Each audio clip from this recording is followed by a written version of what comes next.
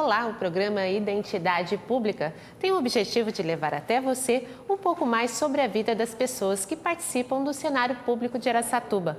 O nosso convidado de hoje é mineiro, chegou em Araçatuba em 1971. Seja bem-vindo, Dr. Geraldo da Costa e Silva. Obrigada por participar do nosso programa. Eu que agradeço a oportunidade de bater um papo com você e levar alguma coisinha para o povo de Araçatuba. Bom, o senhor é mineiro da cidade de? De Prata, no Triângulo Mineiro. Mas eu vivi em Prata até 15 anos de idade. Sim. Depois eu me mudei para Ribeirão Preto, onde fiz o colegial, a faculdade, a especialização. Depois de servir a Marinha por um ano, aportei em Araçatuba. Bom, e a escolha da profissão? Como surgiu a ideia de ser médico? Já que a família do senhor, o pai não era médico. Eu sou o primeiro médico da família. Mas foi uma vocação de criança. Eu sempre dizia que ia ser médico e jogador de futebol. Sim. Eu queria ser o Sócrates. Queria jogar futebol e ser médico. Mas, como a bola não deu, então eu fiz medicina e criei uma nova onda de saúde na família, que atrás de mim veio meu irmão, que é médico também, a minha irmã, que é dentista, a minha sobrinha, filha dela, é dentista, e eu tenho 2 filhos médicos e uma filha dentista. Muito bem. E a pediatria? Por que a pediatria? O gosto pelas crianças? Pela criança. Eu tinha uma dúvida em fazer clínica médica ou pediatria. Eu queria fazer uma coisa ampla na medicina, com contato com as pessoas, porque eu gosto de gente. E durante a faculdade, na verdade, eu fiz no último ano, no 6º ano, eu fiz 8 meses de clínica médica e comecei a residência de clínica médica. Já começando 2 meses de residência, a Marinha me convocou compulsoriamente para servi-la. Então, eu deixei a residência com a vaga reservada e fui servir a Marinha em Corumbá, em Ladário, ali na beira do Rio Paraguai. E aquilo mudou minha vida.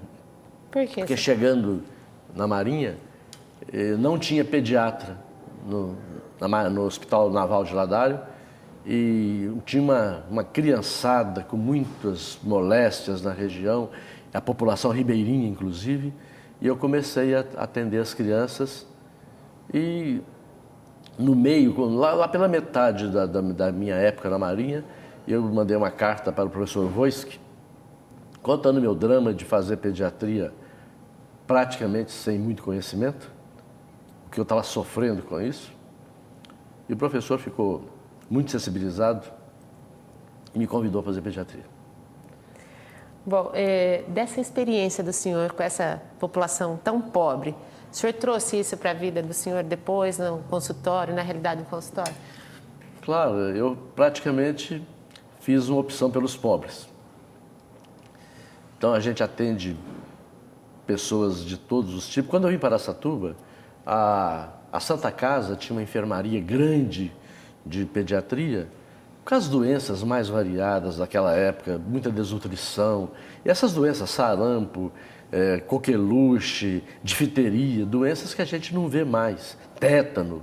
Então, eu cheguei a trabalhar 14, 16 horas por dia, porque cheguei a ter 28 crianças internadas, certo? E com pouca condição de trabalho, né? Não existia UTI, não existia nada disso que a gente tem hoje. Então, era tudo feito na simplicidade, sem muitos recursos, nem terapêuticos, nem de exames complementares.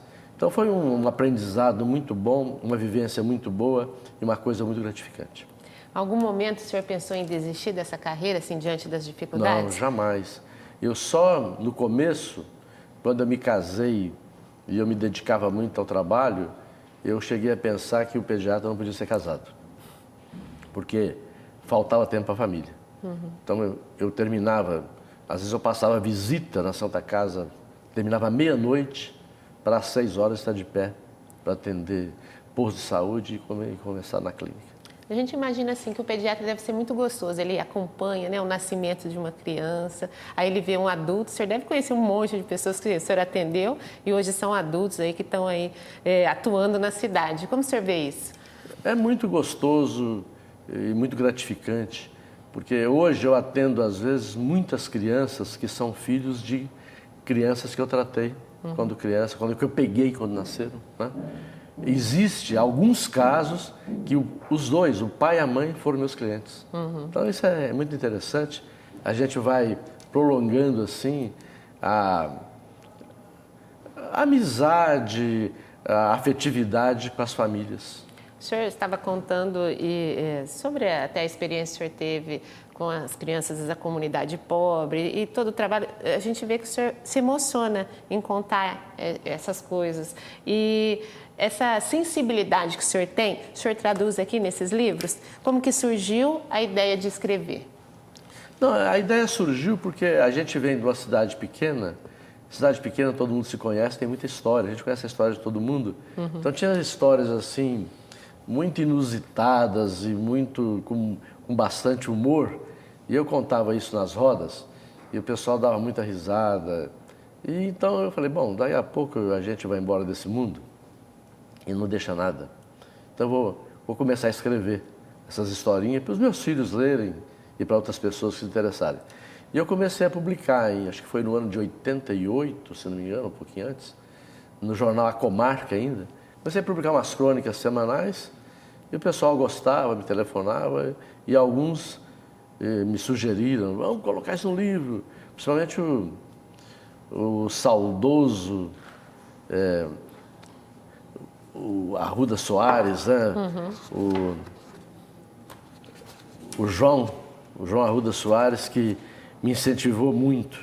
Esse daí é o primeiro livro do senhor? É o primeiro livro. Então, eu fiz o primeiro, o pessoal gostou e... Esse daqui, então, é uma coletânea do que o senhor escrevia para o jornal? Exatamente, esse aqui é o primeiro. O segundo também veio nessa coletânea e aí já comecei a escrever mais alguma coisinha. E daí para frente, você adquire o hábito e a técnica e vai aprimorando a técnica. Eu criei um jeito novo de escrever, um jeito de montar crônicas, né? Que é um estilo realmente que eu não conheço em ninguém. Então eu comecei a fazer isso, tomei gosto. Então, tudo que eu vejo de um assunto interessante, eu procuro juntar outras coisas parecidas e vou fazendo. E esse hábito virou um hobby, e eu escrevo toda semana, então eu vou juntando. Já lá na minha gaveta. Quer dizer que o senhor tem um dia certo para sentar e escrever? Não, é quando dá vontade. E não tem horário também. E na minha gaveta já tem lá material para alguma coisa a mais. Sério? Bom, esse é Banca de Retalhos e esse também. Quer dizer, esses daqui, o que tem a ver o primeiro com o segundo? Que eu chamei retalhos porque crônicas são retalhos, não é como um romance, um conto longo. Então, são retalhos de cenas, de vida, de vivências, de reminiscências. Então, eu chamei de retalho. Então, uma banca, isso aqui é uma banquinha de retalhos.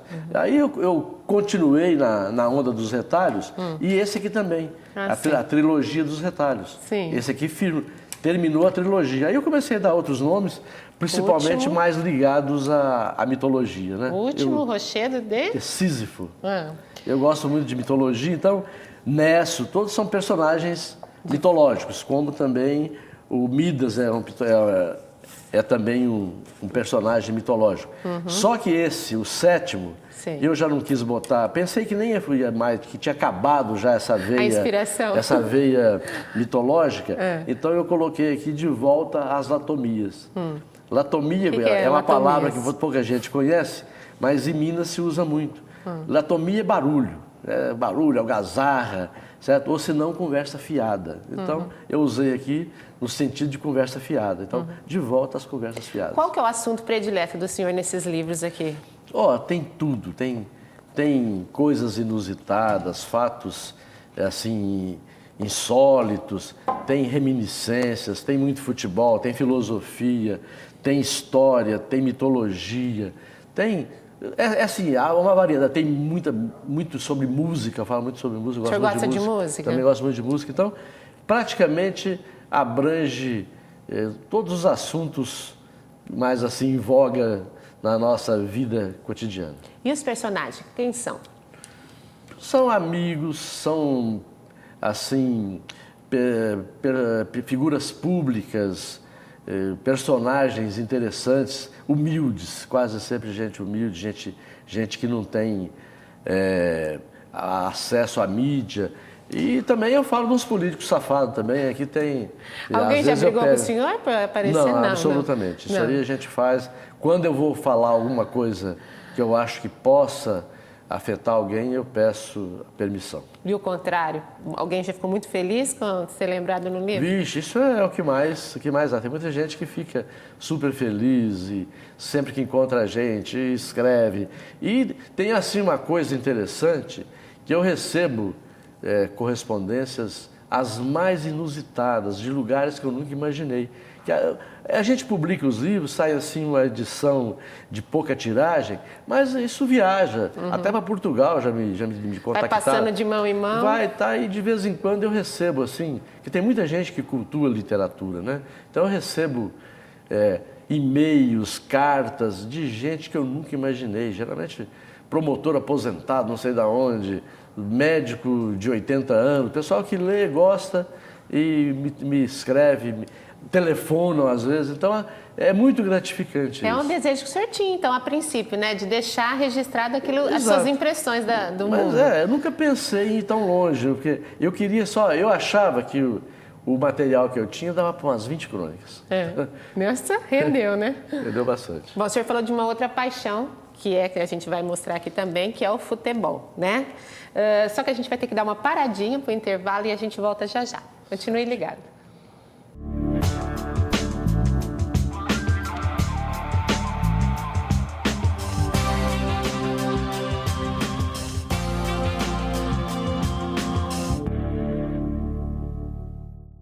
Audiodescrição. Eu não sou diferente de ninguém. Quase todo mundo faz assim. Eu me viro bem melhor quando tá mais pra bom que pra ruim. Não quero causar impacto, Nem tampouco sensação. O que eu digo é muito exato. É o que cabe na canção. Eu não sei viver triste sozinho. É a minha condição. Iguais na diferença. Campanha pela inclusão das pessoas com deficiência.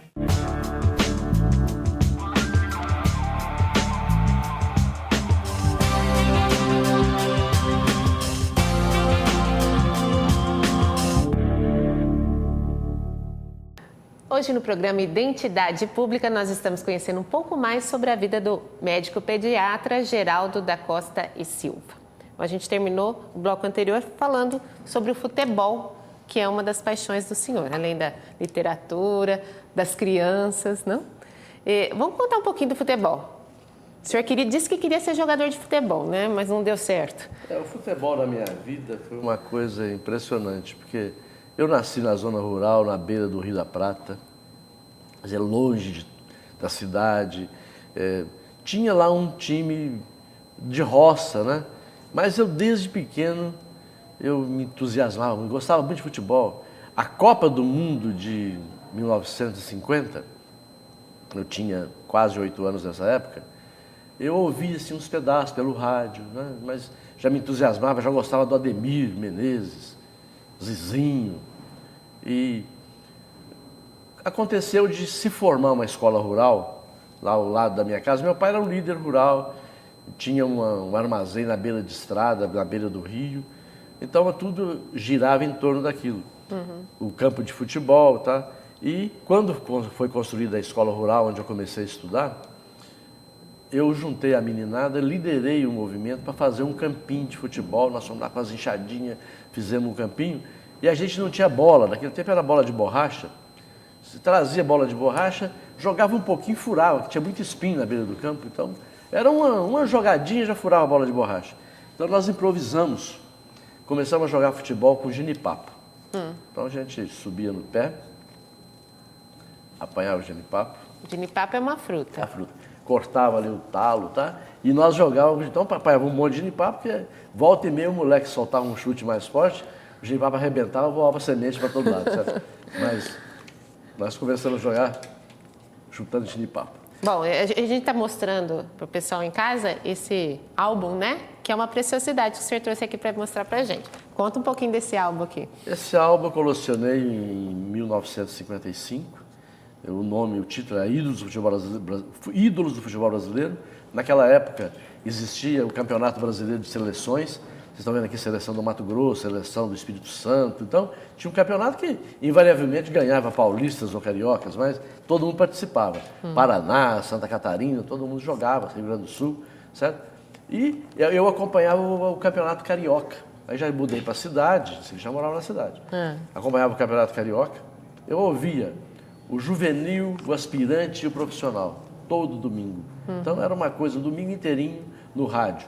E eu já jogava futebol nessa época, então eu jogava lá nos times. Eu organizava campeonatos da garotada na cidade. Depois que eu fiquei mais crescidinho, comecei a jogar no Prato Esporte. E depois que eu fui para Ribeirão Preto, com 15 anos, fui estudar. Aí não deu mais para jogar bola. E então eu comecei só a torcer para o Botafogo. Botafogo? Em Ribeirão. Bom, Aí e aqui? E agora, hoje? O senhor é... Bom, depois, nessa época eu já torci pelo São Paulo, pelo Vasco da Gama no Rio. São Paulo. E vindo para Araçatuba, quando eu cheguei em Araçatuba, não tinha time de futebol. O Araçatuba Clube tinha sido extinto, o Araçatuba Clube. Aí veio o Temaia, eu me tornei amigo do Emoré Chiquito, via futebol, principalmente. E quando ele se assumiu, o Temaia me convidou para ser diretor. O Temaia durou um ano, montou uma base, e dessa base, quando o Temaia foi extinto, nós formamos a AIA. Quer dizer, o senhor foi presidente da AIA. Então nós fundamos a AIA no dia 15 de dezembro de 72, e no dia 15 de dezembro de 73, a AIA era campeã. Que bonito. Paulista. Como o senhor gosta de futebol mesmo, né? Como o senhor vê, assim, de épocas tão boas, assim, de recordação do senhor, hoje virou uma indústria muito grande de futebol, né? Como o senhor vê isso? Mudou completamente. Hoje o futebol está na mão de empresários. A maldita lei Pelé. Pelé foi o maior do mundo, mas como homem público tem sido, assim, muito criticado, deixa muito a desejar. E o Pelé, em nome da classe, é claro, isso para o jogador de futebol bom, foi muito bom. Agora para os jogadores de nível mais baixo, para os clubes foi uma desgraça. Hoje o clube não forma jogador mais, exceto assim clubes mais organizados como São Paulo, que pega jogador só abaixo de 14 anos. Então a coisa ainda vai, mas hoje qualquer menino de 13 anos tem empresária que virou a escravidão. Hoje tem homem que é dono de homem, isso aí eu não admito. Hoje há uma escravidão. E a gente vê a situação dos... virou uma máfia, né? Virou uma máfia, tem esses empresários, dito empresários, credenciados pela FIFA, e roda aí um montão de dinheiro. As empresas estão investindo em homem, comprando homem para vender homem, tipo trafique, né? Compra homem para vender. Então, eu acho que isso é escravidão. O senhor tocou no assunto, foi presidente da AIA, tem essa atuação forte dentro de Araçatuba. Com relação à política, o senhor também já atuou? Eu ajudei o Cinti na campanha para prefeito, exatamente tentando mudar a política de Araçatuba, que vinha cheia de vícios. Eu achava que uma coisa nova, acabou não dando muito certo, mas teve uma ocasião muito boa, foi montado um secretariado compromissado, competente, honesto, e nós trabalhamos muito bem por uma ocasião. Depois a coisa começou a degringolar, mas foi assim uma época muito boa, que eu me sinto muito gratificado, muito feliz por ter participado, porque Araçatuba, a saúde pública era zero. Existiam 2 postos de saúde em Araçatuba, no São Vicente, digo 3, no São Vicente... Isso que época? No Santana, isso em 1982. No Santana, no São Vicente e no TV. Quer dizer, totalmente insuficiente, né, para atender. Nós tivemos a oportunidade de aumentar mais 8 postos na cidade. Não tinha recurso suficiente, nós priorizamos a área materno-infantil naquela ocasião. E foi muito bonito, porque a Santa Casa, como eu disse no começo, que vivia cheio de doenças, desnutridos e coisa e tal, a gente estimulando o aleitamento materno, a vacinação em massa, o governo também colaborando, foi uma fase muito boa. E nós conseguimos reverter. Nós fizemos com que os pediatras se compromissassem a ser responsável pelas crianças. Então, O cara atendia a criança, internava a criança, ele via no hospital, ele pegava no retorno, então acompanhava, dava uma corrente total e sequencial à criança. E com isso nós reduzimos as doenças demais. A Santa Casa chegou numa época a querer fechar a pediatria porque estava dando prejuízo, muito prejuízo. Porque dos 60 leitos que tinha, a gente tinha sempre 10, 12 só ocupados. E geralmente com crianças de Birigui, da região, de Penápolis, etc., Mirandópolis. De Araçatuba mesmo, não. Porque junto com a creche Santa Clara de Assis, nós desenvolvemos um projeto, montamos uma creche de desnutridos. Então, em vez de internar o desnutrido, para ele pegar a infecção no hospital, a gente botava numa creche, uma perua buscava a criança às 7 horas da manhã, levava às 7 da noite. Então a criança tinha uma assistência integral. Só no fim de semana, no sábado e domingo, ficava em casa. E, geralmente a gente via a criança bem pior, às vezes com a mesma fralda que saiu, certo? Porque a família do desnutrido, ela é desnutrida. Também, ela tem deficiência, é uma coisa, por isso que chega a ser desnutrido.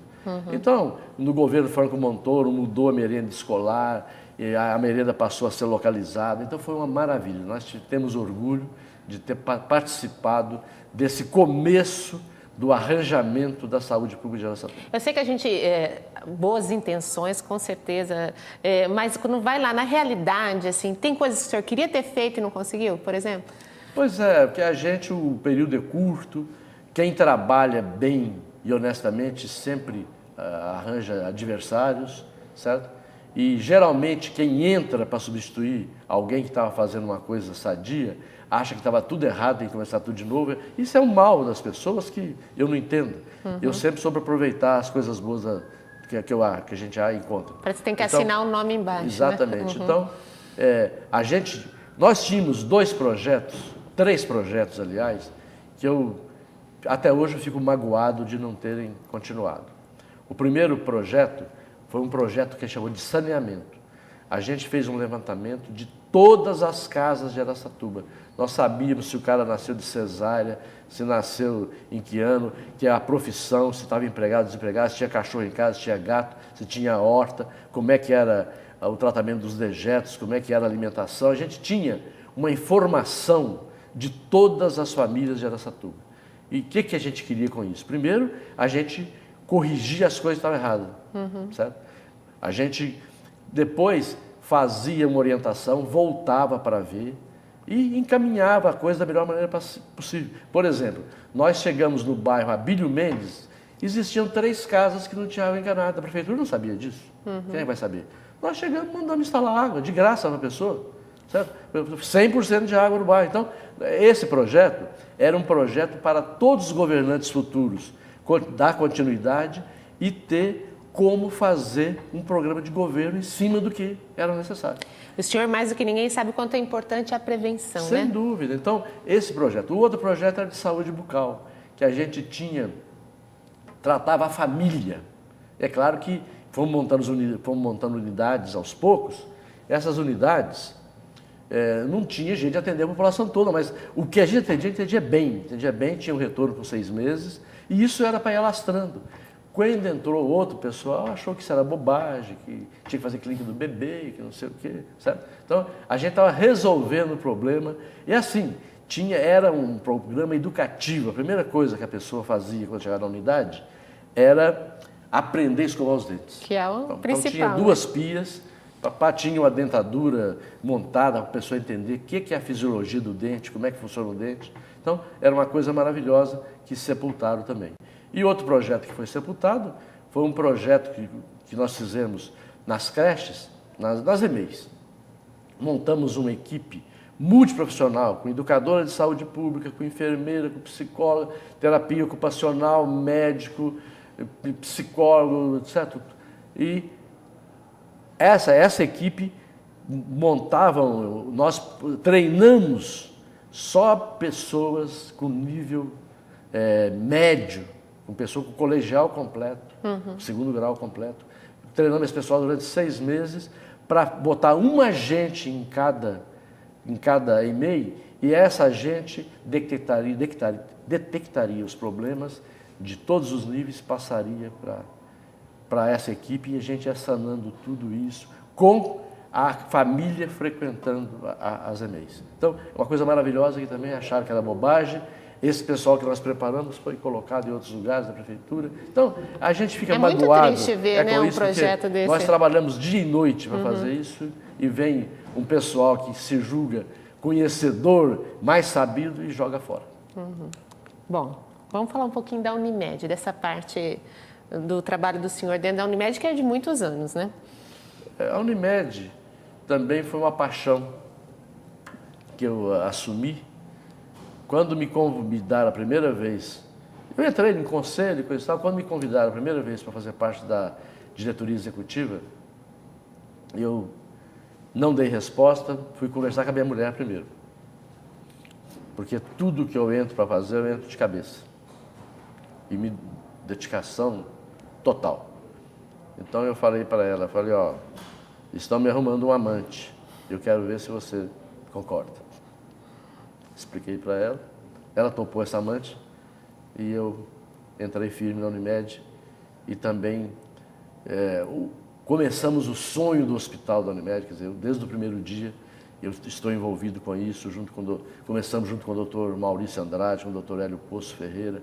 Então, nós compramos o terreno, lançamos a pedra fundamental, levantamos o hospital, deixamos coberto. A Unimed é assim, você tem que sair, né, hoje 2 no máximo. Então, eu voltei mais ultimamente, nos últimos 6 anos, o hospital já estava inaugurado, mas aí nesse período, nós pudemos construir mais 2/3 dele. Nós montamos outro centro cirúrgico, UTI de adultos e UTI neonatal e pediátrica, o departamento de imagem, unidade de imagem, fizemos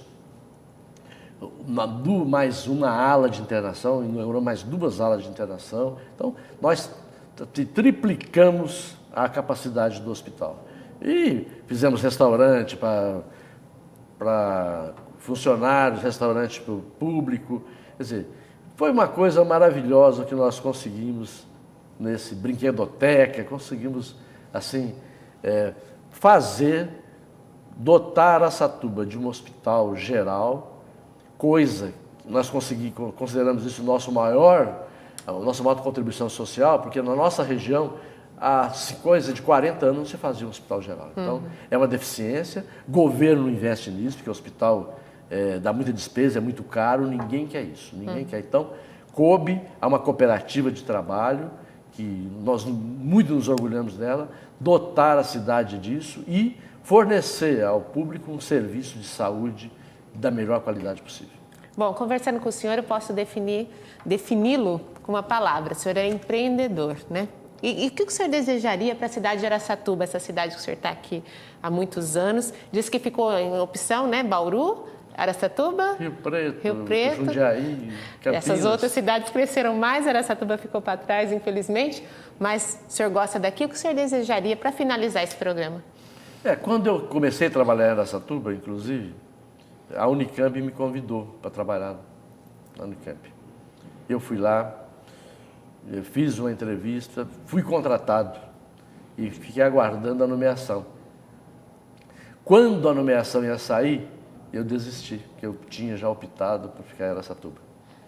Então, eu tenho acompanhado essa cidade, tudo o crescimento dela, porque ela é pequenininha, ela está crescendo devagar, talvez isso seja até salutar, mas ela conseguiu nesse tempo muitos avanços, na saúde principalmente.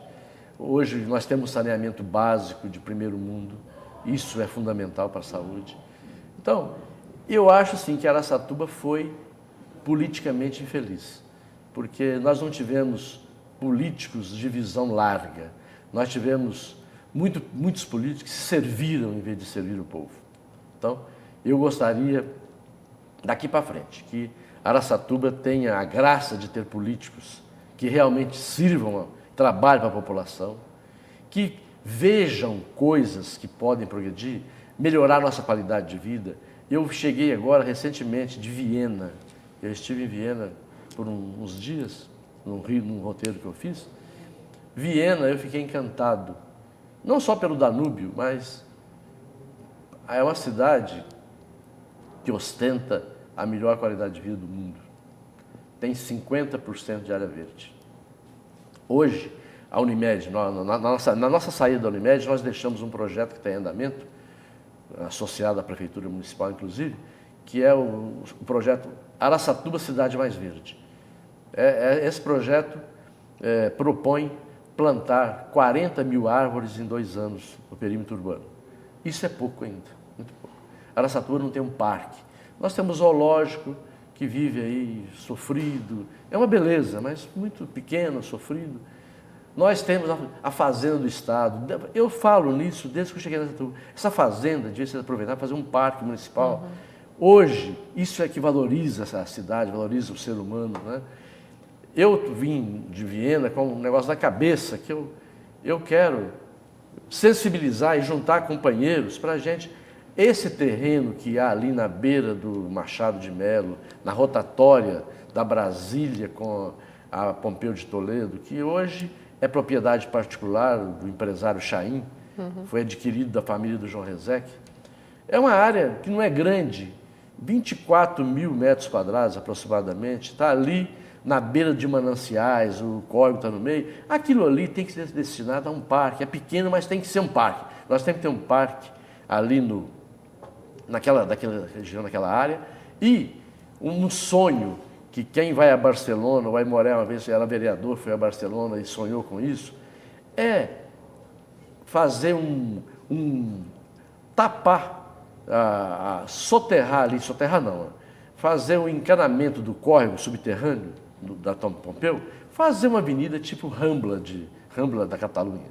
Como que ela é? Fechada? Você deixa a lateral para os carros, como está lá, e usa aquele meio todo para o povo. Planta árvores e caminha, e põe ali quiosquezinho, coisa e tal. Isso é uma maravilha. Qualidade de vida é isso, o povo tem que ter espaço. Ok, eu queria agradecer mais uma vez a presença do senhor aqui. Infelizmente o nosso tempo foi curto, né? O senhor tem muitas histórias e muitas ideias e a gente pede que o senhor continue comprometido com a cidade da mesma forma. Sem dúvida, Araçatuba é a cidade que me trouxe mais amigos à minha lista. Eu tenho uma coisa impressionante de boa, que é manter as amizades com os colegas de turma, que nós nos reunimos sempre na minha casa quase todo ano, e uma família maravilhosa que eu consegui montar. Quer dizer, eu tenho uma esposa maravilhosa, com os filhos maravilhosos, e eu só tenho que agradecer a Deus de ter constituído essa família Araçatuba. Muito obrigada mais uma vez e obrigada a você que esteve com a gente até agora. Espero você no próximo programa.